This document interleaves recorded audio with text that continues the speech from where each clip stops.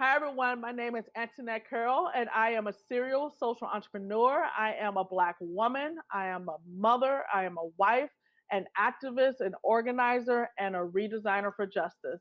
And this is Tech Rap Queen. Energy, vibes, inspiration. I'm Renee Reed, and this is Tech Rap Queen.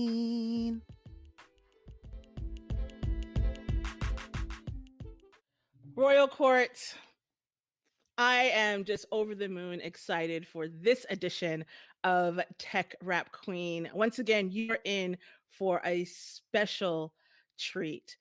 For the past several months, we have heard an intense uptick about social justice and equity when it comes to tech and design, especially. But I want to just point out that there have been people on the front lines for a long time. Soldiers who have been doing this work way before it became popular, the norm, and something to put on your resume or LinkedIn profile.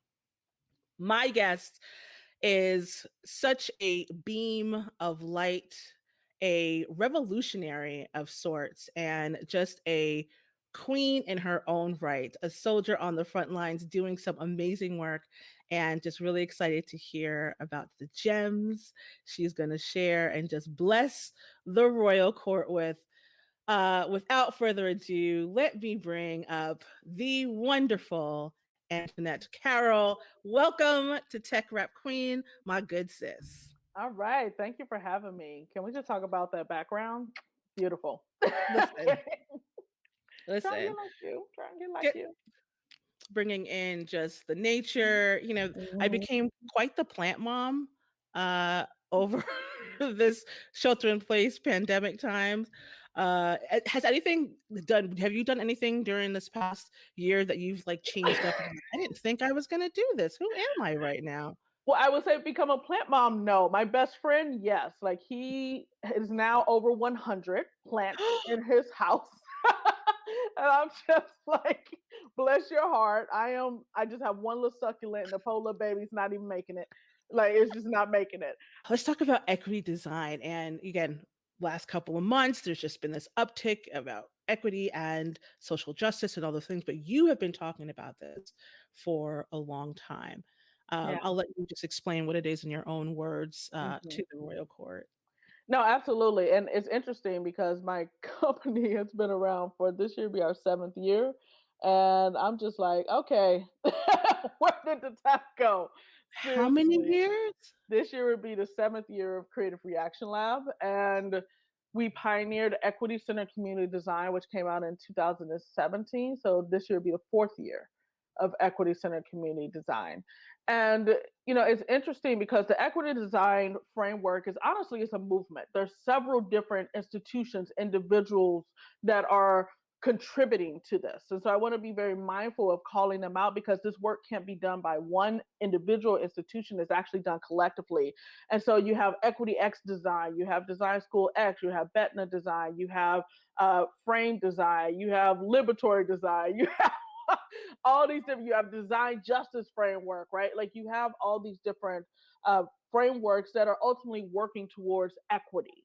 And I want to, before I explain equity centered community design, I want to first take a step back and give a definition of how I define design. So for me, design isn't just the craft. Like most folks think about, did I create this website, or there's a poster, or there's some product, there's fashion. And yes, there is design, the craft oriented nature. There's also design and research, there's design and strategy.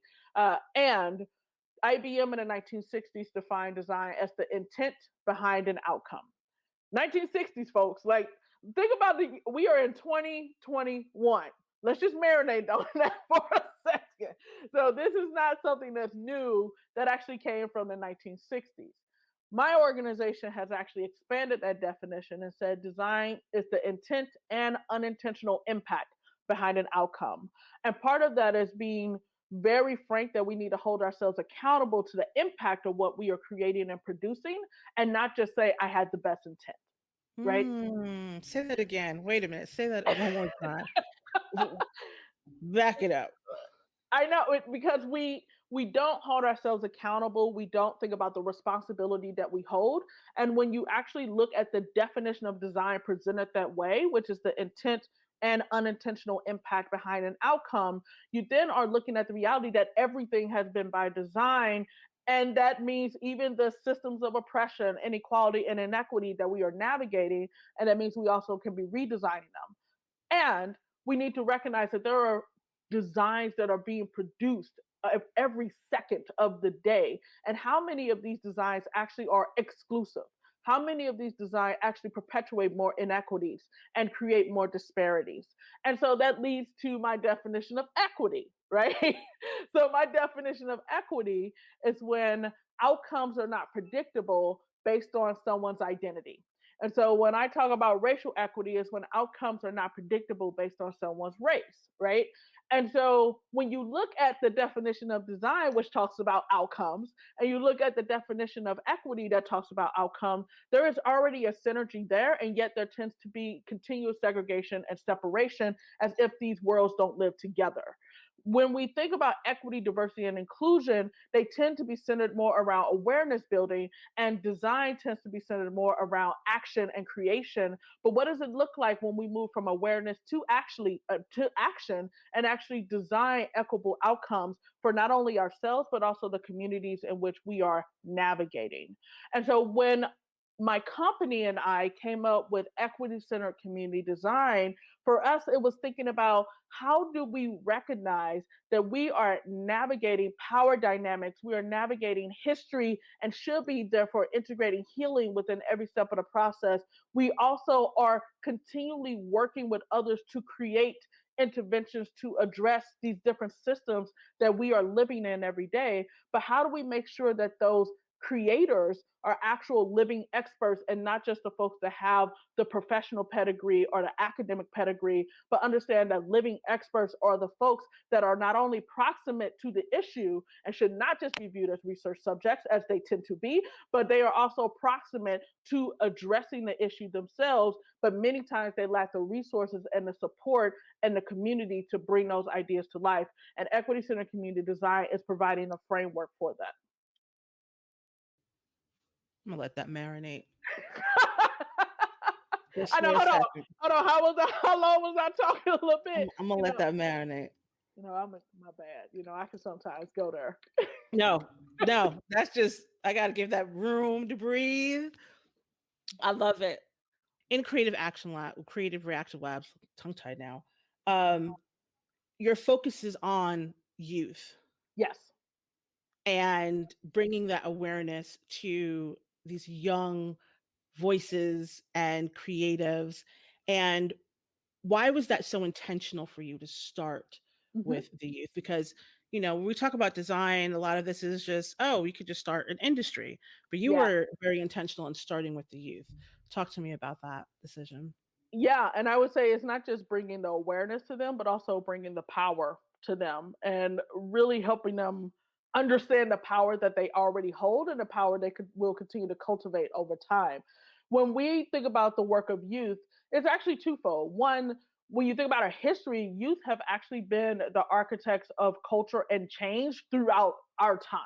We just like to ignore that reality. We like to bring them up when they're like older individuals as if they didn't start earlier in their lives, challenging the status quo and pushing back. Youth really have that creativity and they have that imagination of what is possible and actually even expanding upon what possibility looks like. What happens over time is that particularly in the education system, but I would also argue even in just the community within our family or familial constructs, etc., we build that out of them. We design that out of them. We take them from the colorful rugs and blocks and imagination to we want you to stand straight in line and sit in these rows and raise your hand for permission, and yet are then surprised when a lot of these institutions say one of the biggest things they want out of their employees is creativity, and it's hard for them to find that. What do you expect when you have literally pulled it out of people as time goes on? Like it's literally it boggles me. And I remember seeing a TED talk a few years ago that really challenged us to think about how do we stop asking the question, what does 2 plus 2 equal, but instead ask what equals 4? Because when you ask what equals 4, there are so many different possibilities that can get us there versus that one answer, right? Come And on. I'm just look Uh, because when you think about it, white supremacy has many tenets, but one of its main tenets is perfectionism. And who gets to define perfect? Who gets to define that one silver bullet? And you see this even on the ground when folks are protesting, and you hear responses like, well, they shouldn't protest that way. They should do it differently. It's because they're trying to say, I want you to say what 2 plus 2 equals based on my narrative and how I want you to define the world, opposed to what actually equals 4 and what actually equals equity. And so young people actually already living in that space. And I'm trying to get them before we mess them up. Honestly. The second part of it is when you actually look at equity and when you look at honestly the inequitable systems we're navigating, those designs, those have been around for centuries, if not thousands of years. Those are not going to be dismantled by working with someone that has a term limit or has finally reached a certain position at a company. And that's what we want to apparently pay attention to equity. One, if we shift their mindsets and their power earlier, they're already primed and ready to do the work. But then also, if we actually look at the reality that we are navigating centuries of oppression, we need the folks that are going to be able to do this work across their life, that are going to spend the time not only learning, but unlearning as time goes on. And centering young leaders to do that is going to get us to that space. Focusing only on adults is not going to get us to the world of equity. We need to really center the youth that are going to really push us to a place of equity that we have never even accomplished. we always talk about the kids are the future and the children are the future. And I always talk about like the children are the future now. Yep. To your point, like we just don't give them the space, the credit, the tools now. Like stop waiting. Like they have it now. We're working with tomorrow's leaders of equity today and recognizing that the micro interventions that they are able to develop today will ultimately lead to macro impact over time because that confidence, that community, that cultural healing, that access to traditional power, and that racial and ethnic consciousness that they are raising will ultimately just grow more and more over time. And so, why not provide them with that space now for them to actually build through their own reality?